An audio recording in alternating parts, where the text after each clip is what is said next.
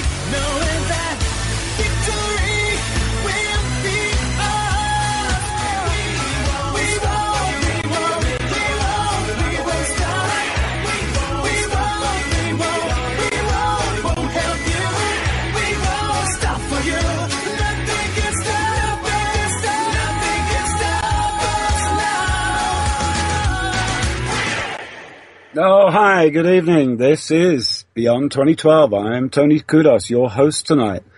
Well, those of you that managed to tune in to True Frequency and see the first video stream, wasn't that awesome? Wasn't that incredible? Isn't it amazing what you can do with modern technology? So you're going to see lots more of that. A lot of things are changing. The whole network is developing. I'm on a brand new mic that very kindly Chris sent me to improve the sound quality that we're able to put out. So thank you for that, Chris and Cherie. And so we got a fun show for you tonight. And also, we have, directly after our show, we have Zen Shaman with his first show, The Way of the Warrior. So look forward to that. That's going to be exciting. It's his first show, but he's up to speed and he's ready to go and ready to spread his message as well. So we appreciate all of the support that all of you give us. And let's be honest, if it wasn't for you guys out there, we'd be talking to thin air and it would mean nothing. So I'd just like you to know how much we appreciate our listenership. Well, there's been a lot going on this week, and a lot of those topics we're going to be covering. I have for you tonight Dr. Joseph Marra, and he has been on the show before, but I'll tell you a little bit more about him when we come back. But it looks as if a lot of the end-time prophecies are really coming to fulfillment. Who would have expected the Pope to suddenly decide that he's going to resign at the end of February, which is not far away now? And as the prophecy said, there's going to be one more Pope. Lots of revelations, lots of rumors surrounding various celestial events, and lots to talk about in depth. As per usual, going to invite you to make comments through the chat room. And towards the last half hour of the show, we'll invite you to post questions. Please keep them on topic. And as you know, put question in, and we'll do everything that we can to address those questions. It's been an amazing week. And I just want you to know how hard Chris worked this week just to bring that video stream to you. There's a lot goes into it behind the scenes, but I'm sure you're all beginning to realize that. But that was fabulous. That was really amazing, and it came together really well. So you'll be seeing a lot more of that. But watch out, because there's going to be a lot of developments with the network. We're taking it in a whole new direction. Something else we're going to do with our show, we've decided that the second show of every month, we're going to do something investigative like we did the last time with the ground-based army-type games. We're going to do something new. We have something new coming up for the second week of March for you. So we'll be covering that. So, yeah, lots happening. And if there are any particular topics that you'd like us to investigate, let us know, and we'll take a look at it for you and see what we can dig up. We will be right back after the break, guys. Don't change that dial.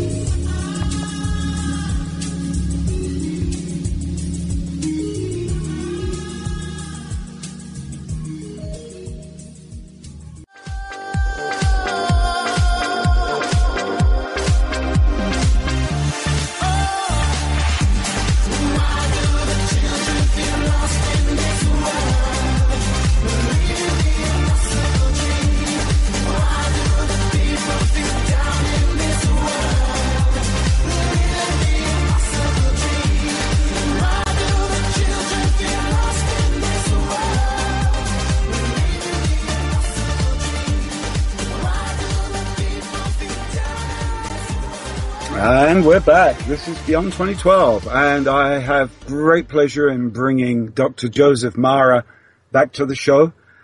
He's a doctor of nursing practice. He's had an established practice since in Pennsylvania, Urgent Care Center, until June 2011. He also practices traditional medicine in conjunction with a more holistic approach. He's a hypnotherapist, Reiki master, an intuitive healer, and a spiritual counselor. And he's involved at many levels with various other organizations, which he's going to tell you a lot more about. So, really, without further ado, with great pleasure, welcoming back Dr. Joseph Marra. Hey, Joe, how you doing? Hey, Tony. Thank you for having me back. Well, it's our pleasure, as always, and I know you've got a lot to share tonight. And you've been prepping for this for quite a time now. So I'm really just going to open up the platform to you. You have the mic, my friend. Tell people who don't really know you a little bit more about your other involvement with other operations within the Internet and that type of thing, and bring everybody up to speed. Okay. Well, as you mentioned, I had a practice which was an urgent care center in central Pennsylvania that I created. In fact, I had 3 of them at one time, and then I, became very spiritually involved, and it was my own journey basically, but I was trying to help other people along the way.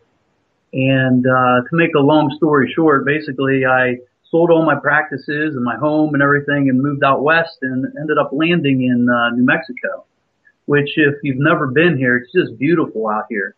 I mean, one minute you're in the mountains and the next minute you're in the desert area. Next minute you're in the plains. I mean, it's just wonderful out here. And, basically I was following my heart instead of my head. And, of course, whenever there's, confusion with people, it's important to mention that, there's a battle between spirit and ego. So, I think we've talked about this, maybe in one of the past shows that we did. Tony, but I really think it's important to express that if you want clarity, it's important to meditate and to go within and then simply go with your heart. What brings you joy? And those people that are out there that are speaking and preaching, it's pretty hard to get behind what they're saying if they're just preaching it and they're not doing it. So my experience is just that. And again, I'm not patting myself on the shoulder. I'm not better than anybody else. It's just that I've experienced these things and I know exactly what people are going through right now or have gone through in the past with these battles of trying to keep up with the Joneses and the money situations that's going on right now, the financial issues and, the times that we're in with the 2012 phenomenon that we just went through and now these end time prophecies that may or may not be coming to pass. There's a lot of confusion out there right now. And, but getting back to my own personal journey, I had those 3 urgent care centers. I also was a hypnotherapist and a Reiki master and, also a radio show host for Universal Talk, as well as more recently a guiding light, which is spelled L-I-T-E. And these are radio shows that I created because I was exploring and I was going across this country and other countries just to explore the various aspects of humanity from the astral realm to the ET realm. And the things I found out from my own personal experiences, plus the people that I was connecting with from all parts of the world, whether it be Ecuador, South Africa, or Mexico, they all had their own story and it kind of put different pieces to the puzzle together for me. And that's mainly why I developed that radio talk show, Universal Talk, just to kind of have a platform to speak on and to invite these guests with their own personal experiences and their own opinions to come forth and tell the truth from their perspective and give another avenue of information rather than the mainstream media. So in a nutshell, basically that's who I am, and I practice family medicine and urgent care, and I'm still doing a little bit of that today. It was difficult because I see that we have such a high potential for other things, and there's a lot of things that are hidden from us when you talk to people in black ops projects and, higher levels, I guess you could call it, that have another awareness on another level. And you know that these technologies exist, and there's cures, and there's all kinds of other things that are out there that we could have today if we demanded it. And basically, not everybody has awoken to their own truth and the possibilities that we have right now today.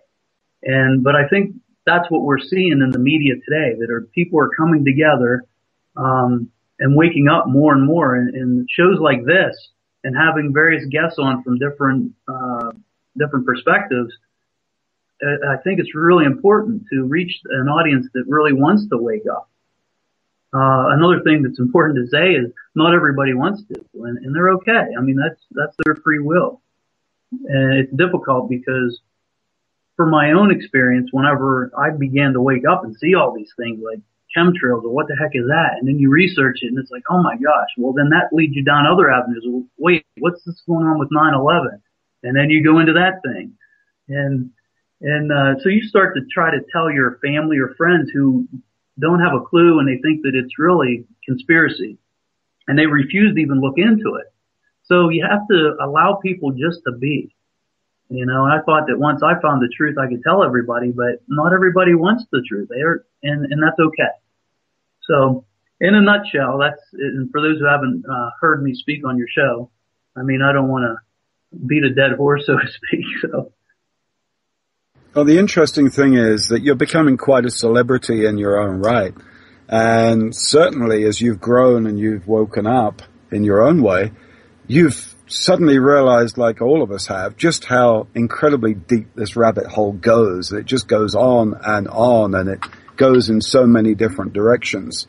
And really, your knowledge from a medical point of view is extremely useful to you.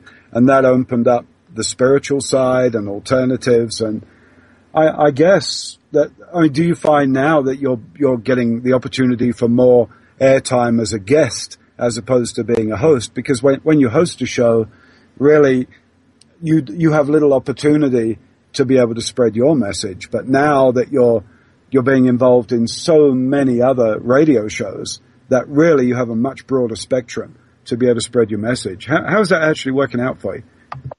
Well, it's funny you say that, because once you have all this information and you want to really tell people, and you kind of put it into a perspective from someone who has gone through the mainstream educational system and the mainstream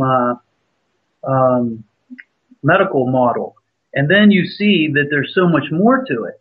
What was difficult is being in a field that not many people are awake to, because it's scientific. All my degrees are in science, and the people I work with are also in the same field. So to even have a conversation with somebody, it was like, oh, this is frustrating, because I can't even speak my truth. Because when someone asks me a question, I give them a whole other answer than what a three-dimensional answer would be.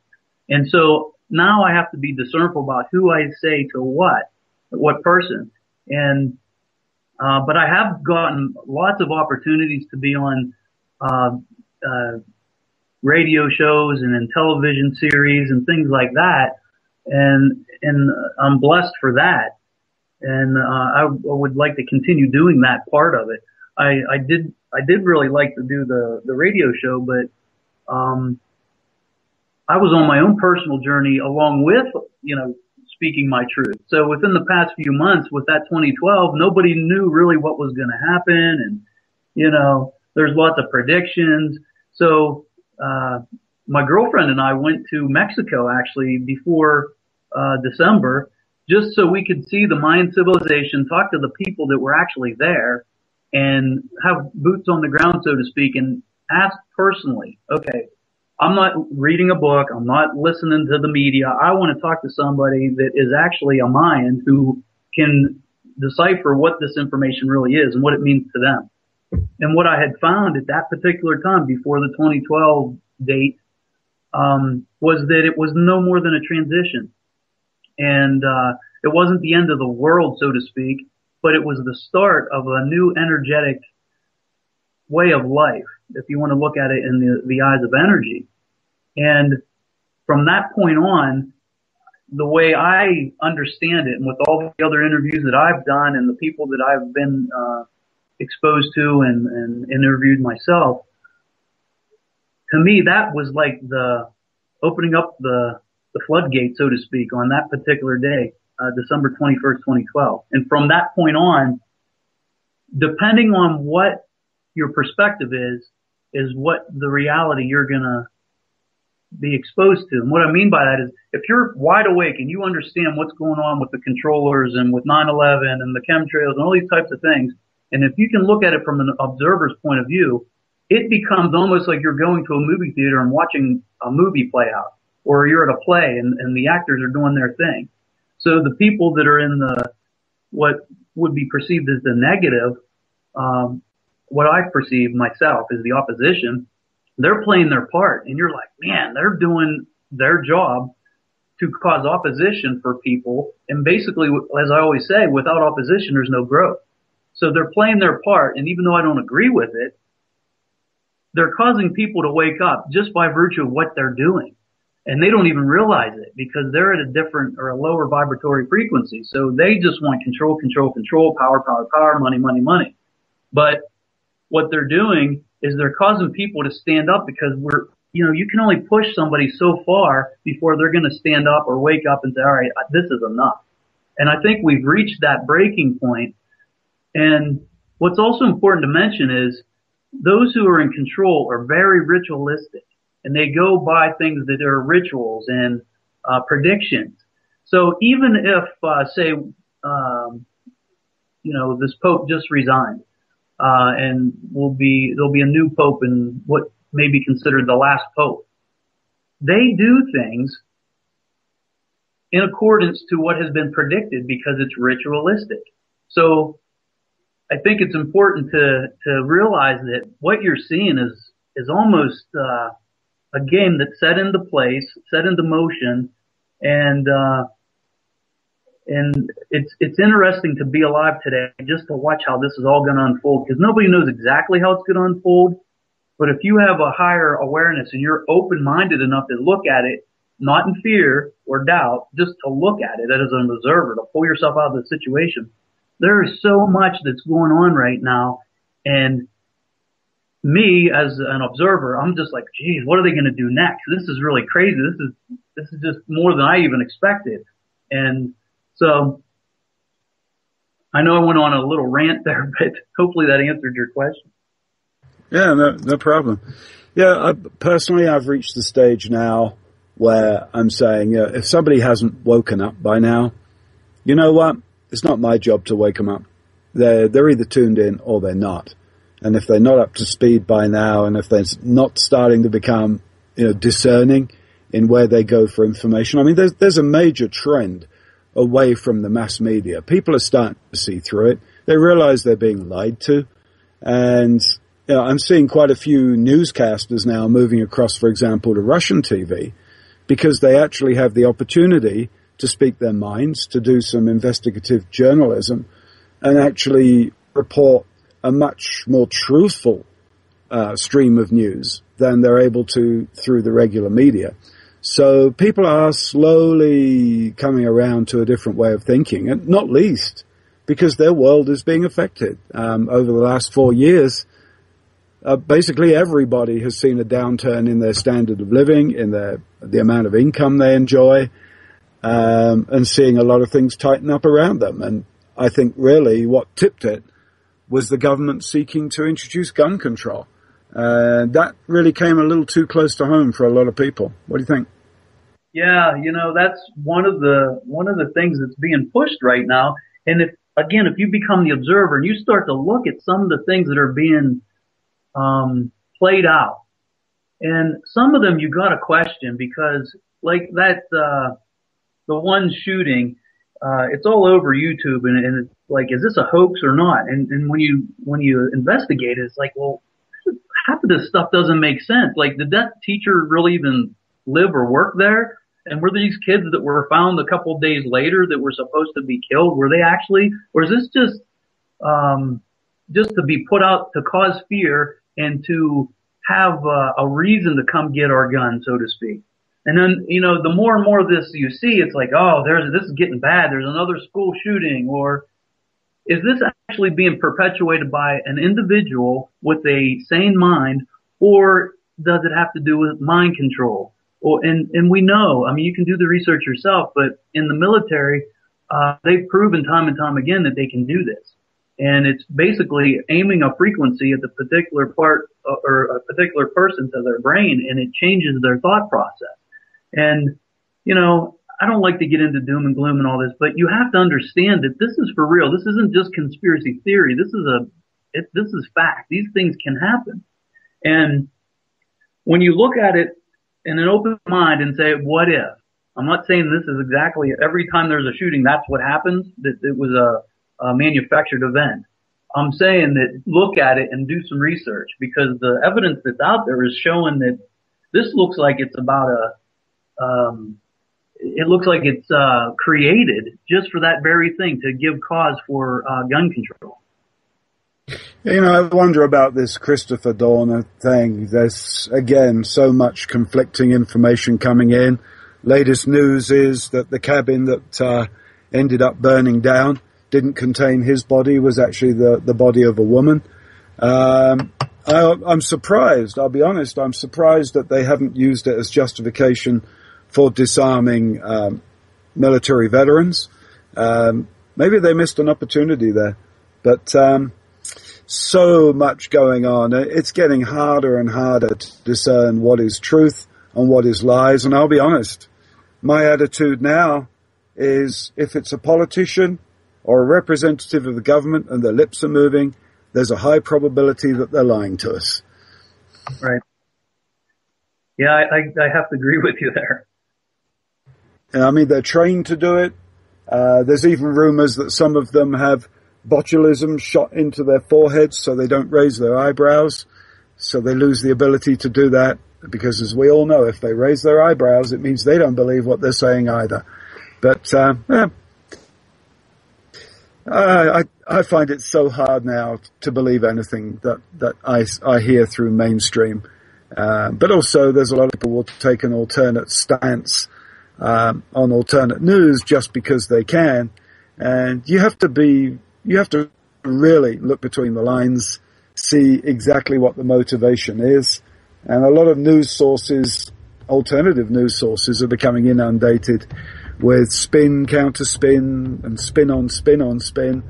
It is getting much, much harder to dig in and find the truth. And we're coming up on the break. So really be interested in your comments in the chat room as well. And we will do our best to cover the questions. We'll be right back after the break.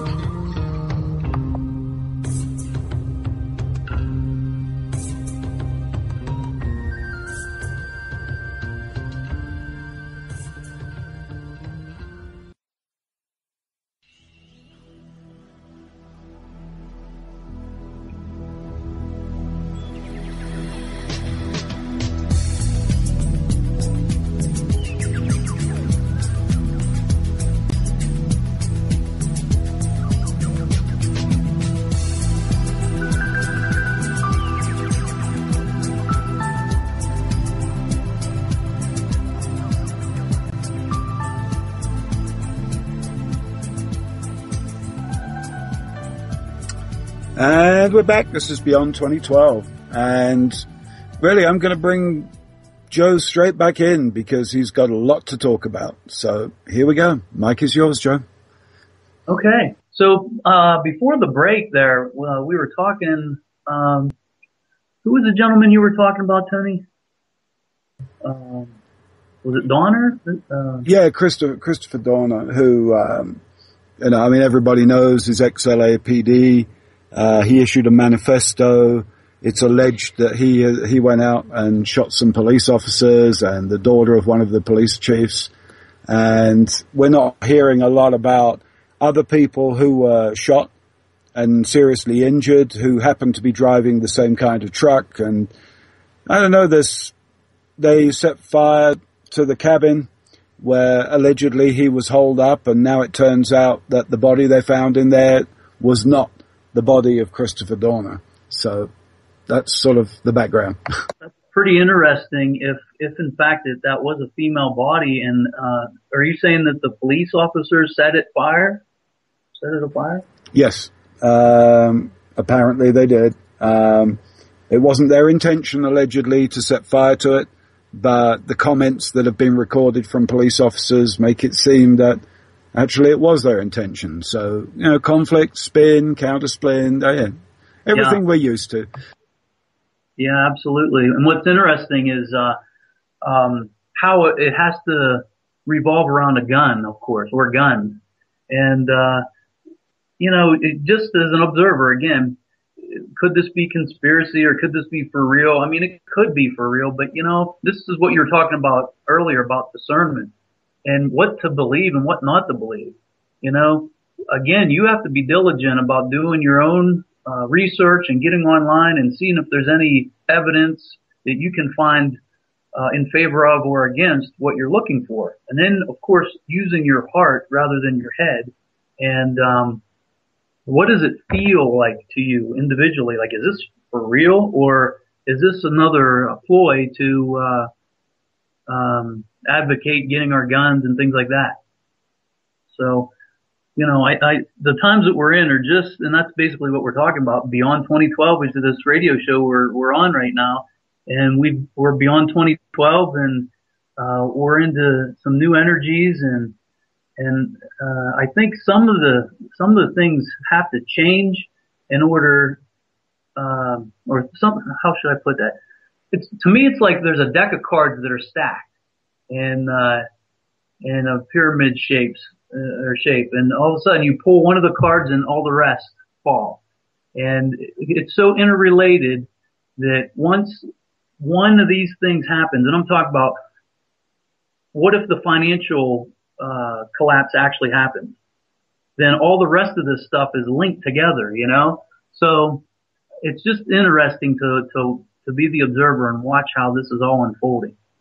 And then here we are, we're talking about the papal prophecy, because the Pope just resigned, and Saint Malachi, who is a prophet, I guess he prophesied that there'd be 111 popes. And what was really interesting about him was not only did he predict the number of popes, but each one that was predicted, there was a name associated with that particular pope. And he's been pretty accurate up until this point. And if you look at numerology, 111 to me means new beginnings. So if this Pope that's resigning is our last one, or is the second to the last one, and we're going into new beginnings with this following Pope, who is the name that Saint Malachi gave him was Peter the Roman. It'll be interesting to see if this new Pope has any relation or correlation with that name Peter, or Peter the Roman. So that'll be the next thing to look at. And then is it actually a prophecy that was fulfilled simply because it played out naturally? Or is this one of those things that is being played out because it's ritualistic? Yeah. If they name him Peter, by definition, he's going to be based in Rome. That may be enough. And that would be seen as a fulfillment of prophecy. This next pope is supposed to be the last pope of all time. But there's some other questions arising from this. Initially they were saying that the pope is resigning due to ill health, but there are other allegations coming up that he covered up pedophilia that was going on within the Roman Catholic Church, that there are other allegations, that it's not merely just ill health. Apparently he came out of a meeting and, quote, looked ashen and resigned straight after the meeting. So it really calls into question the power of the church, why he resigned. He's the first pope in at least 600 years who's actually resigned from the position. So why did that occur? Why did it occur now? And really, what is the meaning of all of it? So I know you've got a lot more information on that, Joe. Yeah, one thing I'm just going to quote this, just so we have something to go by. And this was St. Malachi's actual prediction, and it is this. In the final persecution of the Holy Roman Church, there will reign Peter the Roman, who will feed his flock amid many tribulations, after which the 7-hilled city will be destroyed, and the dreadful judge will judge the people. The end. So does that mean it's the end of the world as we know it? Does it mean it's the end of the church, the Catholic Church, or Christianity? As an observer and everything that I've learned, because I was born and raised a Roman Catholic, and I questioned these beliefs and ever since I was a little kid. And I have to tell you, with all my research, I'm just going to put a what if out there. Because in the Bible and the various predictions that are out there, they talk about an antichrist. If you're in religion and your blinders are on and that's all you know is religion and you haven't stepped outside the box and you believe in Christianity, you believe in a man, Jesus Christ, that came and died for our sins, if anybody would come out and speak against that and say, okay, all religions are just manufactured and they were set into place to control you, can you imagine what people would do if somebody of a political stature would come out and say that? Someone, I'm not saying this is going to happen, but just for instance, what if like President Obama would come out and say that? Or what if one of the church leaders would come out and tell the truth because they had no other choice? Well, that particular person would be telling the truth that, you know what, there is no real Catholicism, there is no Protestantism, there is no Christianity. This was all made up. Here's your true history. That person that's coming out would of course be considered an antichrist because they're going against what the beliefs of the people or many of the people have been for millennium. So I look at it as though, oh wow, how interesting. I don't see it as doom and gloom and fear and a person that's scary that's going to come and take over the world and kill all the people and all this. I see it as, I read it differently. I look at it as though, wow, if somebody would come out and say, okay, the truth is this. Christianity is just, it's false. And it was created to control people. Whether it be, again, any of the Christian religions. Let's just look at something, Joe. I'm going to take this in a slightly different direction, if I may. And it's this. When you look at Joe Average and Josephine Average, all that we really want is we want a quiet life, we want a job, we want to be able to get on, we want to be able to do some things to enjoy our lives and to be able to have a peaceful life and to be able to plan ahead, bring up some children maybe, and, just get on with our lives. The average person does not want to go to war, does not want to get shot, blown up, get bombed, all the rest of it. And it's always those who are in power who instigate a war, and it's the common person who actually goes out into the line of fire, into a danger zone and gets shot. It's never the hierarchy or those who, it's never those who are in power who send their children out and have their children get shot. They always get a cushy little job somewhere behind a desk. So it's always the common man and woman who goes out there and faces danger, while those who instigate the wars are actually profiting from the sales of their weapons, from financing the wars, and from financing the rebuild after a war. It's never struck me as being right, but it's always been like that for millennia.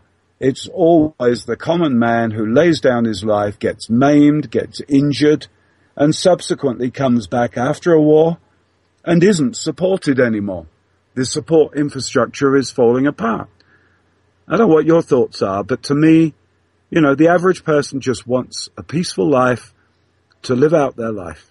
And there are those who are going to make sure that that doesn't happen. No, I totally agree with everything you're saying. And when you said the word hierarchy, the first thing that popped into my head when I was a little kid, and if you're not voted in, like the presidency by the people, kind of like it is in this country, who gave the right for these particular aristocrats and these people? Were they voted in, or were they actually put into power? I always question, like, how come they think they're better? They're a human being just like the rest of us, but yet they feel like they can manipulate and like you're saying, send people to war. For what? For their own interests. And everything you're saying, when people do the research, you can do the research and find these political figures that have said on record that we need to create a war. Financially, we're down and out. We need to create a war because it's a money machine. And who does it serve, though? It doesn't serve the people to go to war. Nobody wants to go fight. You don't want your son or daughter or brother or sister or anybody going over and fighting. Again, who does it serve? Like you're saying, people are waking up to this, and that's what's interesting, to also be the observer and look and see, like, wow. People are actually waking up, including soldiers and people that have been in the military and the scientists that I was telling you about, people that I've been closely connected with because of my education. It wasn't really tough for me because I always questioned it, but people have asked me in the past, like, how did you get from working in traditional medicine to having an understanding that's more spiritual? Because most of the time, people are so fixated on their jobs and what they've been taught that they just toe the line and they just do what they're told, and it's a control thing. But I totally agree with what you just said. I think it's no more, no less than just control. It's to create money. It only serves a few at the top. And right now, over this next year, I really, 2012 was leading up to the start of what's about to unfold. And I think that we're in the times now that you're starting to see it. And we talked about the papal prophecy. We didn't get into the comets or the asteroid that, of course, became a meteor when it came into the atmosphere and blew up over Russia. I mean, all these things are just so interesting in the financial the sector that like you mentioned in Russia, the mainstream is reporting a lot of this stuff. In fact, one of the economists I watched the other day said that the USA is in actually worse shape than Greece right now.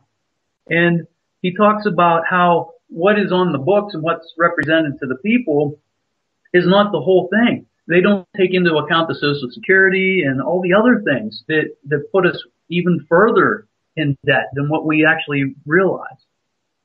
I can actually hang some meat on the bone of that. I was doing some research this week, and we are told that America is in debt to the tune of $17 trillion.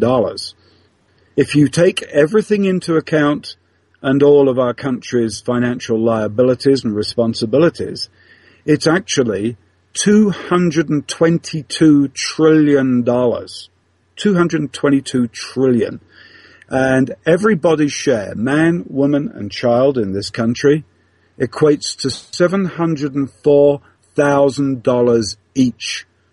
And rough numbers, that means every household carries a share of that financial burden of something in excess of $2 million per household as a mean average.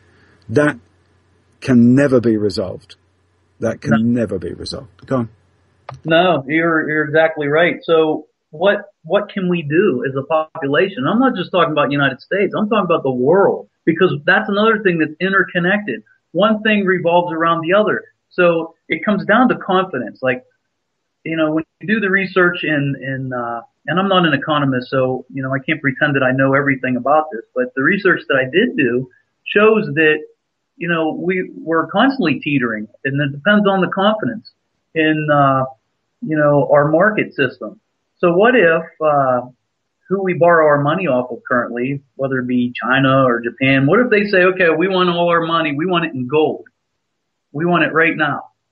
Well, when you take $1,000 and you deposit in the banks are allowed to loan out 9 times or 10 times that, so they can loan out somewhere around $9,000 or $10,000 on your $1,000. So they just print up to $10,000 on your 1,000 just to back that. And this is what's considered legal. So it's just interesting when you do the research and you're like, this, wow, what a scam to our community, our people, not just in the United States, but across the globe. No, you're right. Everything seems to be driven into one direction. I mean, if you ran your household budget the way the government runs the budget in this country, you'd be bankrupt 1,000 times over. And yet they can carry on doing it. $1 now costs more to print and distribute than $1 is worth, which is why they want to introduce the dollar coin. Because they have to replace all the dollar bills within a 6-week period on average because they get worn out and tatty. But, we're spending money. We can't afford to be at war right now. We can't. The amount of money it's costing us across the world with all of our various interests, we actually can't afford to be at war. And so that since the Vietnam War, people have questioned war. People have questioned the validity of their young men and women going out and facing danger. And now the only way to make American people rise up and want to go and fight what is perceived as a common enemy is to have some spectacular event occur. And, that's another area that has been done over so many times. But it takes something like that to inspire the people now. The people do not, as a rule, want to go to war. Yeah, you speak about that, and the first thing that comes to mind is 9/11. And a lot of people, that's a horrific thing that happened, and it was horrific. But when you look at the evidence, that was just that. It was an excuse to make us go to war. Because now we're fighting the enemy, the act on terror and all this kind of stuff. But then you look at, Judy Hall, Dr. Judy Hall, and you could, YouTube her. And, where did the towers go? Scientifically speaking, where did all that rubble go? There was no toilets. There was all the things you would expect to be in the rubble. It was dust. And it didn't pile up high enough to be as many stories as it fell. Not to mention the technology or whatever it would have taken to make those beams twist and bend in certain ways. There was no seismic event whenever these buildings fell. I mean, there's on and on and on evidence. And the people that were witnessing this that looked just like a demolition, a controlled demolition with all the pop, pop, pop, pop, pop, and they saw the lights flashing. And anybody that's in demolition that does that for a living will tell you that those buildings don't just fall straight down like that, one on top of another with the mass that was there, the way it was without some type of help. So when you do the research, if you can prove it to yourself that this was an inside job, it was created so we would go to war, so we would create more money for the people at the top, or it was a distraction to something else. I think I remember the day before that, I think Donald Rumsfeld came out and said that we're missing all this money. We don't know where it went. And I think the evidence may have been in Building 7. Well, what hit Building 7? There was no plane that hit it, and it was so far away from the Twin Towers, like how did all of a sudden it fall? And at the time, people were in such panic and chaos and the humanity of all these people dying and people that you may have known. I mean, it was terrible. So in that moment, people were confused. But as you look back now, years later, you start to do the research in this and you're like, holy heck, this is exactly that. This was an inside job. It was created so that we would stay, what's the word? God, confused and just, morally distraught. But what I like to look at, and anything that's negative like that, what is the blessing that came out of it? What's the positive things? To me, people woke up because of that very incident. And I don't think that the powers that be or powers that were expected people to come together as human beings to help out those in New York City. And people coming together to say, okay, we're collectively coming together to, wake up and at the time it was about the terror or the terrorists and that. But since then, people have done the research and they've woken up and they're like, wow, without that incident, we couldn't have, woken up as a species across the globe. I mean, something heavy like that had to have happened. And I hate to say it, but in order for us to wake up, and I'm not saying that I agreed with it or anything like that, but I'm trying to see the blessing in it. Also knowing that we live thousands or millions of lives, and we decide to come here for particular experiences. So if you know that individuals have come into this lifetime to experience a particular thing, that makes it okay. That was their job to help us. They sacrificed their life in this lifetime to do that very thing, to wake people up.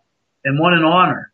And that's how I look at it. I look at it and hopefully it'll make humanity shift in a positive way and the way we're going to be going after all this transition, that I think it's going to be a little tough getting through. But after this transition, I think it's going to be a wonderful world that people have predicted forever. I truly pray that you are right. I've been looking at other things like Afghanistan and Iraq, and some are referring to it as a nuclear war, not because we've detonated nuclear weapons, but because we've used so much depleted uranium for hardened tips for shells and rounds from A-10s, etc., etc. It's affecting the people of Fallujah. The women are told not to have children anymore because the children are being born deformed. But that's not the message that we get. And of course our troops are coming back and they're affected by this radiation, and they in turn are siring children that are being born genetically deformed. And you just don't hear the truth, and it's basically being ignored, just like Agent Orange was ignored from the point of view of Vietnam, where we're now seeing exactly the same. There's no acknowledgement of the effects of these materials. And it's sad. And it's sad that anybody would undertake anything that would affect the next 100 or more generations. Nobody has that right in my world. We're about 2 minutes out. Would you like to bring us up to the close, Joe? Sure. I'd like to go one step further with what you just said. I agree with what you said. In my practice, and this is another thing I didn't say at the beginning, but I had people that came through my urgent care center that traveled, and they came from China, from California, from just all over the place. And not just from this country, but other countries. And some of the people that came in were very interesting. Some were CIA, FBI, Homeland Security, soldiers that were actually in Afghanistan or Iraq. And they would come back telling me a totally different story than what was being told in the media. So here, what am I supposed to do with this information and this evidence that's right before me? And I try to tell people that, wow, that stuff isn't really even going on. And, people call you a conspiracy theorist and you're crazy and you're, delusional. But here are these people that actually were witnessing this stuff. So I know we only got about, a minute left. So I'm going to leave it up to you, Tony, to take it from here. Yeah, let's actually, when we come back, let's actually explore some of the medical conditions you're seeing and you're aware of from people who've served in the military.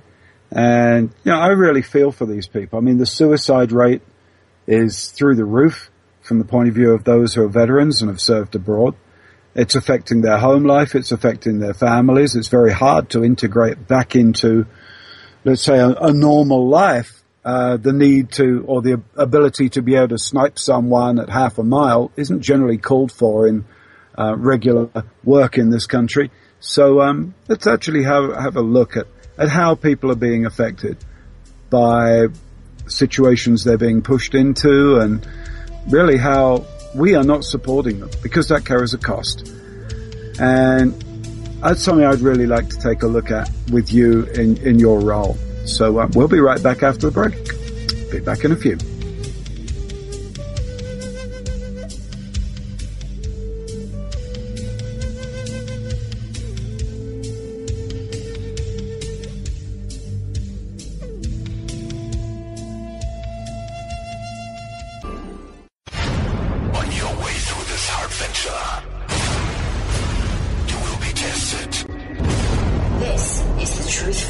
Radio Network. I'm your host, Tony Kudos, and this is our super short segment. But I don't want to waste time. I want to bring Joe in on this, and he's got a couple of 3 minutes to be able to play with. So not going to waste any time. We're going to warm it up for the segment after this. So over to you, Joe.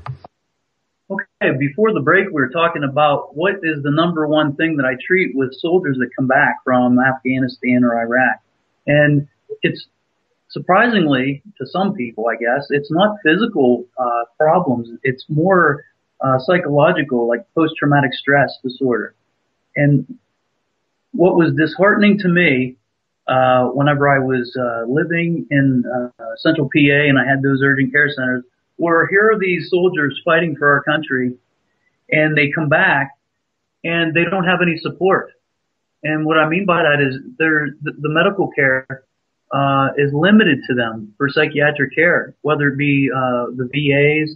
I mean, they can only take so many patients in, and there had to be other people in the private sector to take on some of these people. And well, I call them patients, of course. And these soldiers would come back and they would come into my office and they weren't being taken care of. And that should have been the number one thing that should have been done for our soldiers if they're over there fighting a war, is to come back and actually have some kind of support medically or psychologically. And that was really the number one thing that I had to treat. And it was disheartening to me listening to their stories and these grown men crying because, they were fighting for our freedom, and to find out later that the things that were being said on the media wasn't true. So they woke up because of it, but they're left with, what do we do now? Here we are, we're over here fighting this war that we shouldn't even be fighting. So, I would have to say that that's the number one thing, is post-traumatic stress disorder, which encompasses depression and anxiety. Yeah, be interesting. I mean, you obviously have a lot of contacts in the medical field, and one of the things that happens is people are made to feel like they're the only one being affected by the current economy. They're the only one that's really affected by having served out in Iraq and Afghanistan. And, these guys are out there, really at great risk in so many different ways. And yet they come back and they're not really supported. So, that to me is a tragedy. We're up on the break. I said it was a short segment. We'll be right back.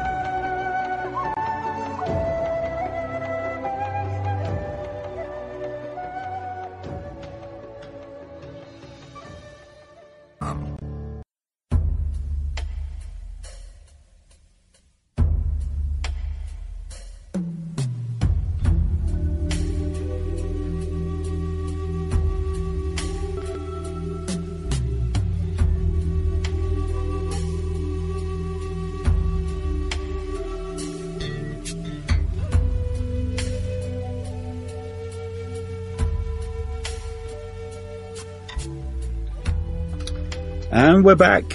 For those who've joined us, this is Beyond 2012. I'm your host, Tony Kudos. Joe, in the break, I was thinking about this. I come from a generation and a country that, in my lifetime, has never known war. There was, the skirmish in the Falklands. But I personally have never been in a situation where I've had bullets and grenades flying around me, where I really didn't know whether I would make it through the day in one piece or if at all. I can only at best, like most people who've never served in a combat scenario, try and imagine what it must be like. But I really don't know. It's never happened. And, you know, you can watch war movies and all the rest of it.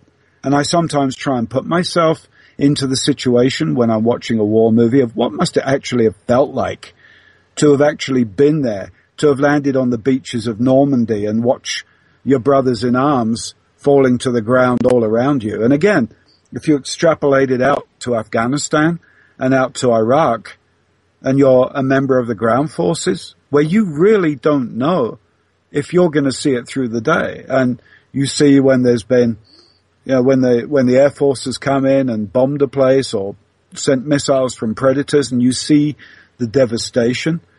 And not only those that are perceived to be the enemy, but also women, children, etc., who unfortunately are casualties of these things. It's got to affect you, and it's got to affect you deeply. And maybe it can be camouflaged while you're out there. But when you come back home, how the heck do you explain how you feel deep inside to people who have no idea what you're talking about? Anyway, over to you, Joe. No, absolutely. And when you said that, I thought back when I was a kid, and I remember that I think it was my parents and a lot of people were saying, well, there will be no more wars. At that point, they were convinced that we wouldn't go to war anymore because we're in peacetime. And then I remember even people, as I was getting close to high school, people joined in the military because they thought, well, we'll never go to war because, you know, we're in peaceful times now, and that's all in the past. And to look back now, over the last 10, 20 years, 25 years, and be like, wow, from that point until now, how many wars have we gone to and been I hate to say started, but I mean, you know, the Gulf War, and then, you know, later on, Iraq, and then Afghanistan, and, you know, I couldn't be able to put myself in anyone else's shoes either. I can just have compassion for them. And the stories that I've heard over the years, I remember myself getting mad, actually mad at our government and those who are in charge of making this stuff happen when you know it's not called for, it's not necessary. And then you realize that it's for purposes that are not in the greatest good for humanity or the planet or anything else. It's just for greed, for power, for control. And, you know, the way humanity, all of us, are controlled is through fear. And if you start a war, that creates fear in the particular person that has to go to war, in their families, because you're afraid that your family members aren't going to come back. Is it going to reach our shores? In so many different levels. So if you look at it in the eyes of why is this happening, it doesn't make sense. And you do the research and you talk to the people that have the inside story, you know that we as a population have been controlled forever. And this is just, the wars are just here to perpetuate that very thing. So what was exciting to me to see is the Occupy movement and things like that. And what's important to say about that is what I've been told is when you have a peaceful protest like that and they want to break it up, they send people in there to cause havoc and to say things and do things to create a type of chaos so that they have the authority, at least it looks like it, to go in there and mop it up, so to speak. So there's so many things that happen behind the scenes and they hide it with the media because they control the media. And again, it sounds like conspiracy, but you talked about how deep this rabbit hole goes. People are going to be so shocked when that first card falls and all the rest come tumbling down. I mean, it is so deep that you just can't believe it. In fact, I know I'm going to be shocked at some of the things because I don't know it all, obviously. I only know a fraction of what's been going on and how we've been manipulated, controlled, whether it be the chemtrails, the poison in our foods, giving us fluoride to harden our pineal gland so that we can't have, that, so-called spiritual experience. And I hate to talk about negative, but people have to be aware of the truth of the matter so that you can say, okay, this has been happening. We're not going to take it anymore. We have to have compassion for those that have done it to us and not be vengeful or have revenge for them, because that just perpetuates the problem. Not only do we need a fresh start financially, I think that we should just have a holiday where everybody is, okay, we're starting fresh today. Everybody is forgiven for all loans. We're going to get rid of all the banks because they're no good. We already know it. They're not even the Federal Reserve. It's not federal. It's just a name. And on top of that, the people who perpetuated these things, I know that we need to have some justice, so we have to have some action in it. But I don't think that we need to go out and have torches and pitchforks and go kill these people, because, again, that doesn't make us any better. So I think what we need to do, switching this to a positive note, is be aware, have the knowledge that this stuff is true, it is going on, do your own research to prove it to yourself, and now that you know it, what are you going to do to stand up? You can't sit back and just say, well, somebody else will do it. There's nothing we can do. We have to band together as a collective, and even if you don't physically do something, I think it's important that we do something physically, but if you can't do that, if you're in too much fear, go within, meditate. What can you do collectively to raise your vibratory frequency? Because that is what changes things. We're talking about fear and love here. These are two opposites, and we live in this polarity, this dualistic world of up, down, hot, cold, good, bad. Well, there's fear and there's love. And if you take away the fear, all that's left is love. And I think it's important to be the example, do things that put you in these higher states of awareness. Don't dwell on the fact that these things have happened, but educate yourself so you know wholeheartedly that this is the truth. Now you can look at and have discernment about what's currently going on and not take it anymore. And then as humanity bands together collectively, as our vibrations raise, that's how we're going to create the miracle that's going to catapult us into this Aquarius age that I really think is coming next. It's been predicted. It's just a matter of time. And I think time's up for the powers that be. This just has to play out, the transition. We have to go through it. We have to release these energies that are within the human collective, not only the human collective, but the earth. As it shifts and has to move and get rid of the negative energies within her physicalness, we're going to see some changes. If you look at it out of fear, of course it's going to be scary. But if you look at it as the observer, it's like, oh, how interesting. Okay. I don't want to be negative. I don't want to attract that very thing to myself, but I see it for what it is. And now I have discernment so I can empower myself and my family, and we can get through this thing. Before we kind of move away from this, there's a few personal comments I'd like to make. I have never understood, and I will never ever, while there's breath in this body, understand the justification of going to war for peace. Even introducing an embargo on another country is in essence going to war. It costs lives because of lack of food, because of the infrastructure not being able to flow freely.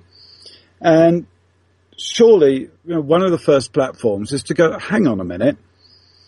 Before we go to war with a country, have we really exhausted every single opportunity to negotiate and to avoid this and to avoid having to kill people in other countries and having our own troops get killed, maimed, injured, mentally, physically, whatever? We surely must find a way to achieve peace without dropping bombs on people, without going, let's forgive me for this, folks. Let's go nuke a raghead. No, they are human beings. They are part of the human race. You don't go and nuke. It's very nice to say, let's go and nuke when you know there's no chance that there will be a reprisal and that a nuke will fall on your people. That's the bully. We need to find ways to bring peace to this world. We need to find ways to allow every country to thrive, not for the big banks to make as much profit as possible and to extract huge amounts of money from the world economy, which is what's driven each and every one of us into a weakened financial situation. We need to get smart. We don't fire up the tanks and fire up the aircraft and mobilize our armies. We need to find ways as the human race for our own good to bring peace to this planet. Because remember something, folks, you start throwing nukes around and everybody gets some of it. It is the original bent arrow. You fire it, it flies around and hits you square between the shoulder blades. We need to find peace. Once we've found peace, then we can grow. Then it puts an end to the fear porn that we are seeing every day of our lives. And I'm going to get off my soapbox now, but that's a personal viewpoint. Over to you, Joe. I agree 100%. I mean, the people that are making this happen are the controllers at the top, and there's no other word I can say but insanity. I mean, who creates a preemptive attack? Well, we got to get them before they get us. That's no way of thinking. That's not a love vibration. That's a fear vibration. And whenever it's instilled into the people, then we collectively get behind it because of fear. And, you know, a lot of the things that have happened throughout history were for the greatest of intentions, or so to speak. But some of those are the worst things imaginable. And again, like you said, we need to get smart and come together collectively to create a world of peace. And we've been taught since we've been children, through our parents, through our educational system, through the media, to fear and to toe the line and be in control, or be controlled basically without knowing it. So those people that are going out and they're doing jobs because, well, it's just a job. Well, you have to eventually stand up and say, is the money really worth it? What if this was to happen to me personally and my family? Would I stand for it? What would I do? So again, you have to use your discernment. And when people stand up and they start making these particular choices, that's when you're going to see a change in the world. It's either that or the universe will push us in the direction that we have to go anyway. And we're heading for this age of Aquarius, and either we're going to go kicking and screaming, or we're going to wisen up, like you said, Tony, and we're going to come together in terms of peace. So that's where we're at right now. And I honestly, truly, with all my research and all the education, not that I'm that smart of a person, it's just I've done a lot of research. I've been around the world. I truly, wholeheartedly believe that we're at the cusp. We could do it right now. We have the technology. If we stood up, all of us, there's almost 7 billion people on this planet. There's only a few people at the top that have been controlling us. We just didn't know it. And we gave our power away. It's the same thing when people come into my office. This is a good example. A person will come in and they'll say, I have this issue. What should I do? And as their practitioner, I'll say, well, with what I know about your problem, you can do this, this, or this. And they'll say, well, what do you want me to do? And I put it back on them and say, I want you to decide. This is your body, your humanity, whatever you want to call it. It's your decision. So when you give your power away, that's only one example. We do it every day in day-to-day life. So we need to stand up, not in a negative way and not in a forceful way and say, well, you know, we're better than somebody else. I'm talking about in a loving way, have compassion for one another and live in a holistic, loving vibration. Having compassion and unconditional love is the words I'd like to use. Unconditional love. And if you do that, you can allow people to have a different belief system than you and not want to go kill them. I mean, the perfect example is we're talking about a church or churches that said, well, my God says this, so we're going to go destroy this other human culture and burn their history and deface their paintings and everything like that because our God is right. What kind of thinking is that? When you stand back, if you're a soldier, do you really do your job because you've been told to? Would you want that happen to your family? That's where we're at right now. We're at the crossroads of we know what's right and wrong. Are we going to continue to do it just because we're told to when it's not in the greatest good of everybody involved? Or are we going to be forced to? So I'll leave it at that, Tony. What do you think? Well, I'm just going to end my rant. And my rant is this. I don't know about you, and I don't know about the rest of the listeners, but I will speak for myself. I am fed up with having my life controlled. I am fed up with having opportunity restricted. I am fed up with all the things that they are doing, and now they're talking about the military turning on us to relieve us of firearms. If they introduce martial law, they're going to take from you whatever they choose to take. And I, for one, am fed up with living under any level of fear. I am, okay, I'm pissed off that we're living in a world like this where those fat cats have extracted huge amounts of money from the world economy, put all of us in this position purely so that they are rich, they are powerful, and now they're looking to take every single asset that people have. And I, for one, am fed up to the back teeth with it. We got a minute. Over to you, Joe. You know, like I said, something is going to happen to force us if we don't do it ourselves and stand up in a peaceful way and finally collectively come together. And maybe in the next segment we can talk about the positive things that we can do now that we are aware of all this stuff that we talked about that is a fact, and you can do the research yourself thanks to the internet. A lot of people don't like the internet because it puts out doom and gloom, but there's a lot of positive things. I mean, like tonight, we're connecting and we're reaching lots of people to converse back and forth about what's going on and what can we do about it. So I really think it's a positive thing that we do have the internet. Again, we live in polarity, good, bad. It could be used as bad, but you know what? Let's go in a positive direction in love and light. That's my message. Yep. Well, we are tight on the break.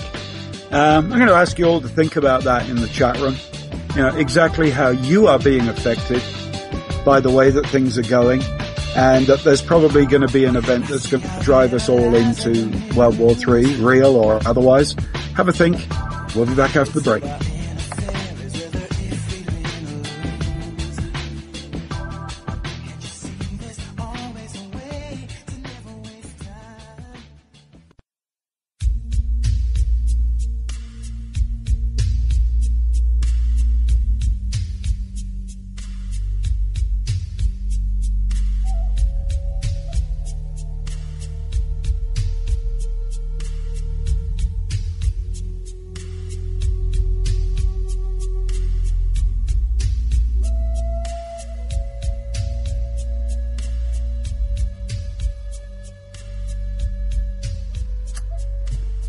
And we're back. This is Beyond 2012. Yeah, guys, I got on my soapbox tonight, but you know what? I'm feeling fired up. I'm feeling that this is a runaway train, and if we don't do something to grab hold of that brake real soon, all of us are going to pay the price. So I'm going to pass it back over to Joe, but we're really going to look at this. We ain't going to pussyfoot around anymore. It's way past the time that we treated this gently. We've got to address this for the sake of each and every one of us. And I care about you guys out there who listen to the show, and I know you guys care as well, because you're awake. But you know what? It's all very well saying that you're awake. Now, we've got to look at this, and we've got to see about how to slam the brakes on. Because we're running out of track, guys, and we're running out fast. Over to you, Joe. Yeah, good point. One thing I'd like to say that I just popped into my head, if you've never seen the movie A Bug's Life, it would be a good cartoon to watch just because of the viewpoint that these grasshoppers have. And the one, maybe second in command says, what's one little ant gonna do? And the leader says, It's not the one little ant. It's if all of these guys woke up and decided to come against us, which there's 14 of these grasshoppers and there's like millions of these little ants. If they came together collectively, they would be in trouble. That's where we're at right now. And there it is, hidden in plain sight on a movie that's a kid's movie. As soon as I saw that, I thought, oh my gosh, how true is that? How many people are awake enough and aware to put this together and say, you know what, let's do this.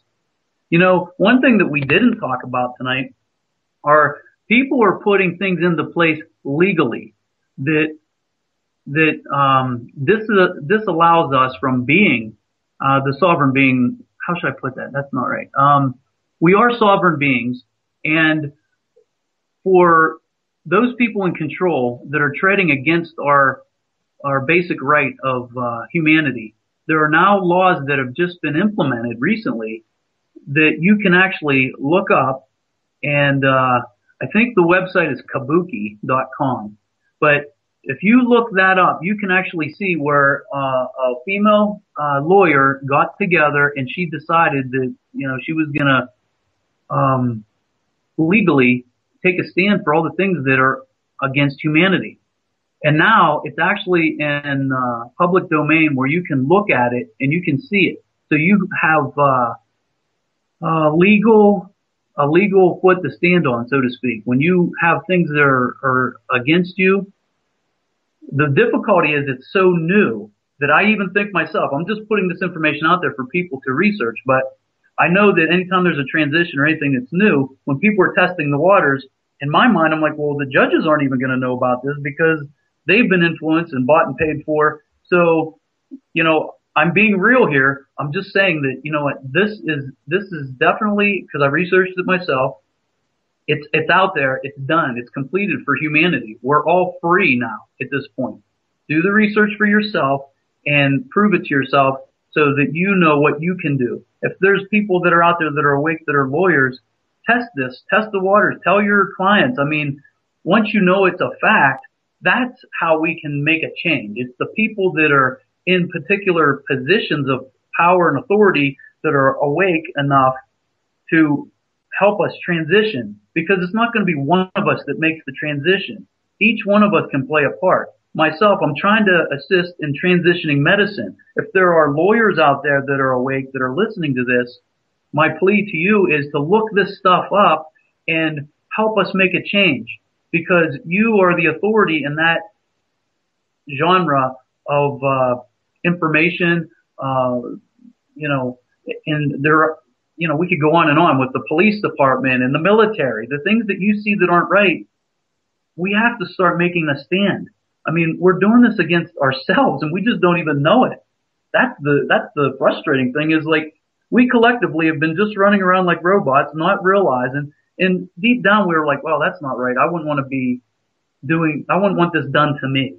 And that's the golden rule, basically. If we would just live that way, you know, be the example, live our truth, our life on this planet could turn around, and we have the power to do it. We just need to wake up to it and start acting on what we know. Okay, let me pick up on this. You know, it's all very well waking up, becoming awake, being awake already, but we're well aware of the fact that what those who shouldn't be in power are trying to do is divide us. You're different to me because your haircut's different, because your skin's different, because your culture's different, because your religion's different, and 1,000 other reasons why I shouldn't like my next door neighbor or the guy down the street. And the next stage, guys, is we need to be a bit more discerning. It's not enough to say, well, I'm all right. My house is bought and paid for.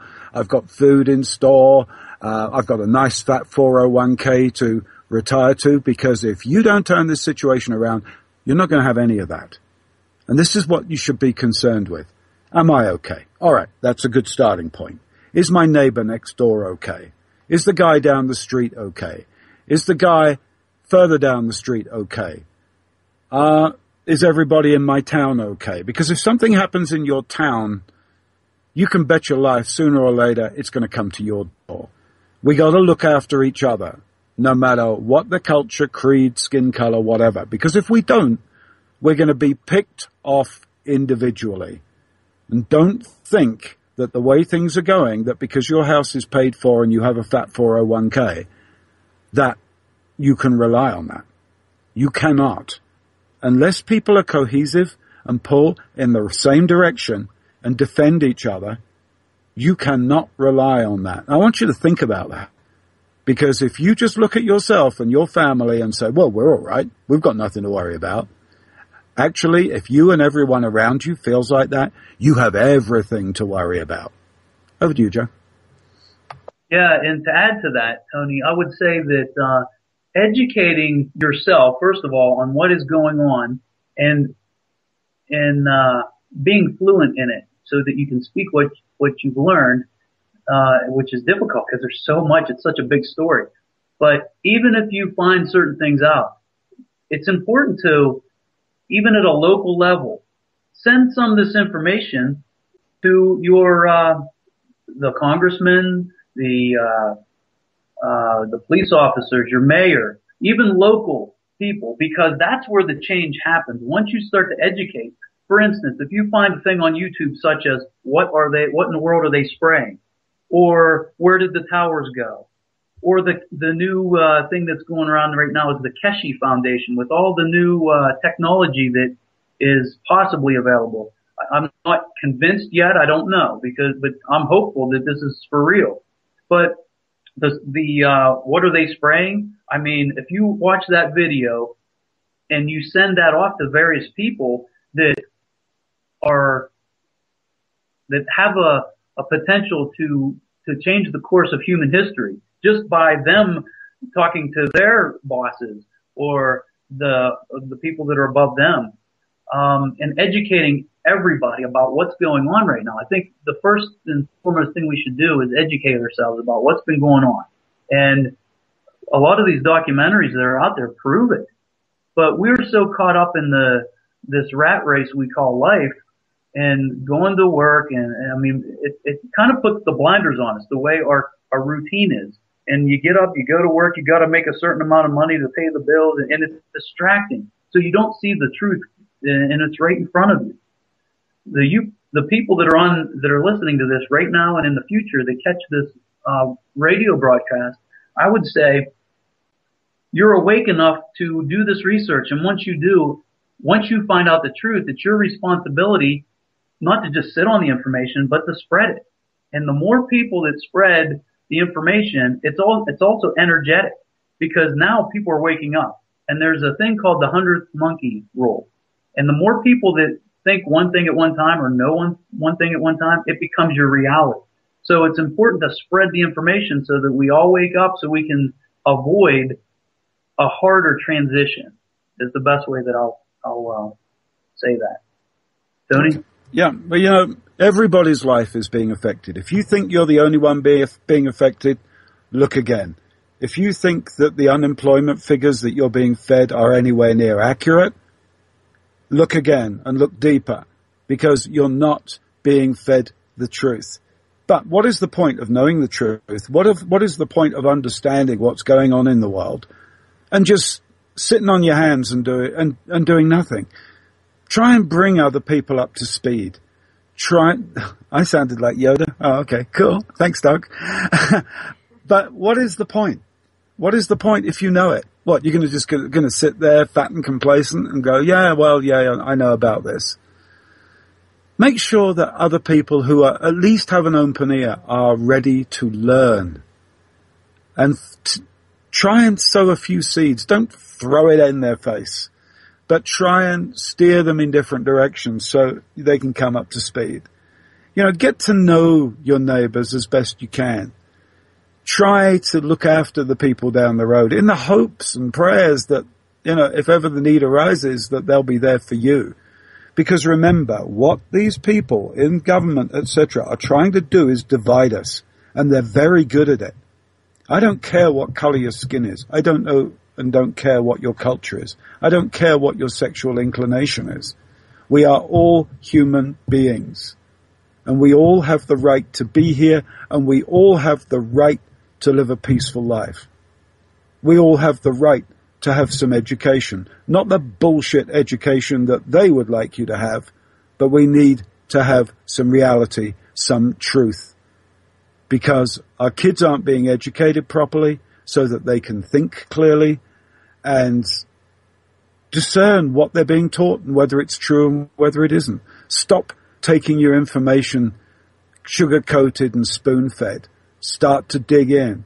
Start to take responsibility for your worldview and those around you. Because if you don't, if they come knocking on your door, there's going to be no one there for you.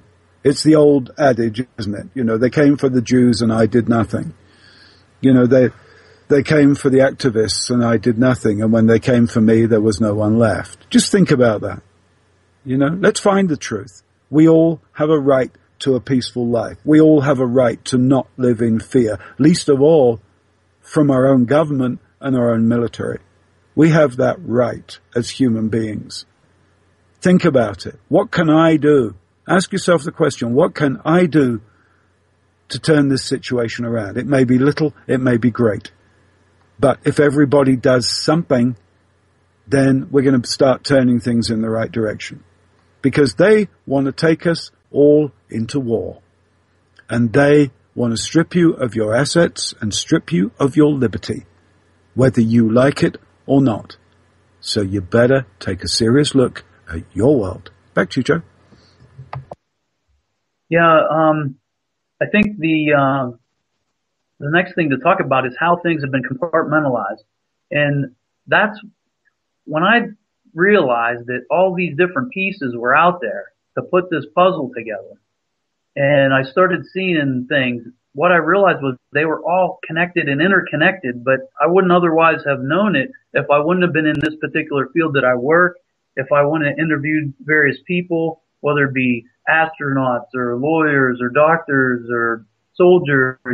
And I kind of collectively put this stuff together for myself in hopes that I could see the truth. Like my ultimate goal is, what is the truth? What the heck is going on this planet right now? None of it makes sense. So I think it would be important for once you educate yourself and you start planting seeds, and again, you have to be discernible because not everybody's ready to wake up. You might just send a simple email saying, did you see this? And then just put a YouTube link on there about what the heck are they spraying. And all of a sudden, because I've done this, people will get back to you going, oh my gosh, I never even looked up. I never noticed that before, but wow, that's amazing. Do you have any more links? Do you have any other information you could tell me about this or anything else? And then all of a sudden, they're like a sponge. They just can't get enough of this. But again, don't try to hammer them with everything because you got to give a little bit, let them process it because that's how the brain works, and then give a little bit more. Or you plant a seed, and if they're not ready for it right now, someone else might walk their path and say similar or exactly what you said, and all of a sudden a light bulb will go off, and they'll be like, wow, he did say about this. And next thing you know, you get an email, a text, or a phone call, and you're discussing that very thing. So try to pull things together in the community, whether it be the officers, whether it be the doctors, the lawyers, and all this type of thing. Because once you put it all together and you can put the pieces of the puzzle together, you have a more complete picture of what's really going on. And knowledge is power. So I know what do we got left here? About 15 minutes. So hopefully we can end on a positive note and we can talk about what each individual person can do and what we can do, Tony, to move in a positive direction to help things move along. Yeah, I'm going to put it to you all this way. A lot of people haven't developed the skill of critical thinking, but we all have the capability of doing it. So I'm going to say this to you. If you hear something on the mass media or by any other route and you have cause to question it, don't just discard it because you felt the need to question it. Actually get in and question it. Am I actually being told the truth? Or is there a question mark hanging over this? If there's a question mark, I'm going to go and look in behind the scenes and develop that power to appraise and critically think. Because you're not being given the truth at any level. At any level. They won't tell you the truth about most anything anymore. So it's up to you to dig in, take the time and effort. Forget watching the football and the baseball. Dig in and see what you can find out. and see if it's true. And if it's true, fine. But if it isn't true and there's cause to question, know why there's cause to question. That will help you immensely. Back over to you, Joe. Yeah, great advice. I mean, I'll give one example real quick here. We've given up our power, as I said earlier. And say a patient comes into me and they have high cholesterol. And I'll say, okay, you have hyperlipidemia or high cholesterol, and you can change your diet, lose a little bit of weight, exercise, and this can be naturally taken care of. Well, not everybody wants to do that. We've become lazy as a culture. Some of my patients actually say to me, because I like them to do it the natural way, but they're like, hey, look, doc, just give me the pill. I know I'm not going to exercise. I know I'm not going to do what you're telling me. I'd rather just take a pill. So it's important to take your power back, get off the couch, and quit being lazy. I'm not, because I was there too. I remember, watching certain shows, and then you get almost addicted to them because they're like a soap opera, and you're watching these things every night. And there are other things you can do physically other than sitting there. You don't burn many calories just pushing the buttons on the remote control. And not to mention that, again, this sounds like conspiracy, but when you're watching various shows, there are vibrations that are directed towards human beings that can influence you in a negative way. And for instance, just even watching it and seeing how much negativity is on the news, like, the shootings and the wars and all this stuff. I mean, when was the last time you got on TV and saw something positive on the news? It's very rare. So get off your butt and make a change for yourself, for your family. Think about your kids and your grandkids, and think about this earth, what we're doing to it. And hopefully, I know we only have a few minutes left here, but I'd like to get into some positive things too, Tony. Yeah, we've got about 8 minutes left. There's lots of positive things that we can do. But the time is coming when we've really got to wise up. It's all very well talking about this, and we can talk it backwards and forwards. We can talk behind legs of a donkey. But when it comes down to it, your safety isn't the fact that maybe you've got some food in store or you've got a nice remote location or all the rest of it. Your safety comes from those around you, because they're the ones that are going to protect you, and they're the ones that you're going to protect.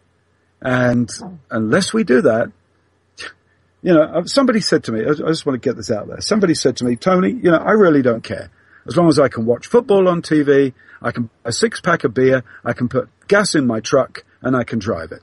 Well, if you're going to sit there with your eyes shut, and that's all you're concerned with, there's going to come a time when you can't watch TV, when you can't drive your truck, you can't get hold of gasoline, and everything's fallen down around you. What then? If you don't do something to protect it now and protect yourself and protect your interests and those around you, the opportunity's going to be taken from you. Over to you, Joe. All right, the positive things I wanted to talk about. The only reason I brought up some of these other things that may be considered negative or fearful, just so you're aware. This stuff is for real. It's out there. Now we can talk about what can you do about it.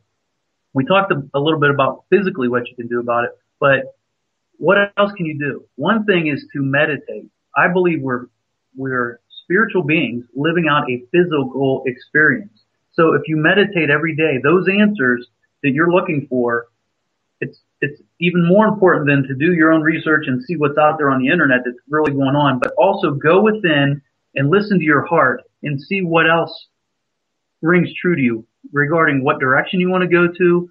If you want to leave your job, what else is out there for you? What options do you have? Drinking lots of fresh, clean spring water, things that are naturally occurring. If you can get organic food like fruits and vegetables, do that. Stay away from fluoride. And I purchased some toothpaste even that doesn't have any fluoride. It's natural, just because I know the negative or ill effects, and we don't have time to get into that right now. But I'm just trying to give you some positive things that you can do day to day that can help. Because as you raise in your vibration, this is the most important thing. We're vibrational beings. Everything around us, including us, is energy. And we vibrate at a different frequency. The cup that's sitting on your table is vibrating at a different frequency, and therefore it's more dense, more solid than what you are. And by virtue of that, if you raise your vibration to a love vibration, which is a higher vibration, just by doing that, the people that are next to you that walk your path, they raise in their vibration. And as this happens, it goes global. It's a domino effect. If you can get into groups of people with like-minded individuals, whether you have to travel or whether you can do it locally. As I always say, why prayer works in a church, the miracles happen because of the people that commune together. Our powers magnify when we get together and we think about the same thing at the same time. That's how miracles happen. So energetically, do these types of things, and our world is gonna, if everybody would do that, it would just be amazing.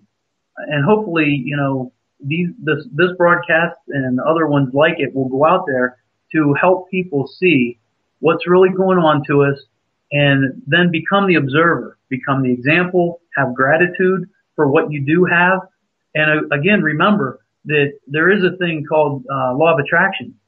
And what you put out is what you bring to yourself. So again, educate yourself about what's going on. Don't dwell on it. Don't focus on it. Don't become the victim. Oh, poor me. Look at us. Oh, blah, blah, blah.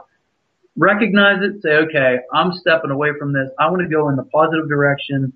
I'm going to eat the fresh fruits and vegetables. I'm going to honor my body by exercising. I'm going to meditate daily, get into that quiet place and space, get into nature, tap into Mother Earth. Take your shoes off, get out there and get into some water or even the grass, and take in the sunlight. I mean, not to the point where you're getting toasted, but, do all these things that are more natural. I mean, we were born of this planet, on this planet. So why not eat the more natural things? Anything that's processed is bad. Like the slaughterhouses for cattle and chickens and things like that, that energy, that fear is in the meat. So as you eat it, it lowers your vibration. So again, it's better to eat leafy greens and fruits and vegetables and things like that. So those are the positive things that you can do to raise your vibratory frequency that will also help raise the consciousness of humanity. And that's what we need right now. We need to raise in a positive way, and each individual person can do this by themselves. So that's what you can do for yourself, and then collectively we will be in a much better state of being for this transition that we're going through, and probably be magnified within the next couple months, in my opinion. Tony? Yeah, I was thinking, really, guys, it all boils down to this. It's time that we stood up for humanity, for our entire species. Because if we don't, and we don't get it right, we ain't even going to have that. So, stand up for peace. Stand up for truth. Because those are the only things really worth standing up for. To fight for freedom and to fight for peace doesn't make sense. Bloodshed to achieve peace doesn't make sense. It's time we grew up. It's time we took some responsibility for our entire species. And I think we've got about a minute or so left, Joe. So have you got a final comment? Oh, also give them your website right quick. Yeah, sure. My website is, I have two, universaltalk.info and A Guiding Light, which is spelled LITE.com. I'm also, you can find me on YouTube, Universal Talking, and also on Exo University. If you Google that, you'll find that, well, I don't want to speak too much on it because we only have a minute left, but just Google that at Alfred Weber, or Google his name, and do the things we talked about for yourself and for humanity, because we're worth it. We're not these little worthless beings, the little worker bees or ants. We are powerful beings of love and light, and start to see one another in compassion and unconditional love. Joe, I gotta grab it. We ran out of time again. Gonna have to bring you back on. A great show. Thank you. Want to thank Chris and Cherie, Andrew Donalds for allowing us to use the music. Stay tuned. We've got Zen Shaman with a brand new show coming up straight after this. Thank you again, guys. Wouldn't be the same without you. Bye for now.